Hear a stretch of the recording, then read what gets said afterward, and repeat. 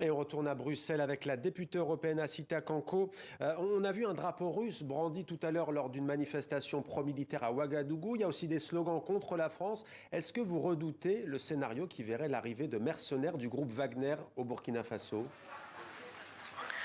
Je redoute surtout une perte totale de contrôle de la population sur son droit à l'autodétermination. Je vous rappelle qu'il y a eu une révolution en 2014, que des jeunes sont morts en se battant pour la liberté et pour le départ de Compaoré, et qu'ensuite ils ont eu tellement d'espoir, mais malheureusement le djihadisme a avancé, la pauvreté s'est installée, le président en place n'a pas réussi à être à la hauteur de leurs espérances, et aujourd'hui, qu'est-ce qu'ils ont pu obtenir?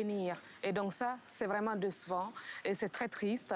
Alors, de quoi l'avenir sera fait? Je ne suis pas sûre que la Russie, personne ne peut imaginer aujourd'hui que ce soit la Russie ou la Chine qui vont apporter la démocratie au Burkina Faso. Ce sont les Burkinabés eux-mêmes qui doivent se donner ce dont ils ont besoin. Le combat ici, c'est un combat pour le droit à l'autodétermination, et je pense que la route est encore très longue. J'ai grandi au Burkina Faso et j'ai vécu ces moments de combat, ces moments de rêve, cette volonté d'arriver à être un citoyen respecté dans son propre pays.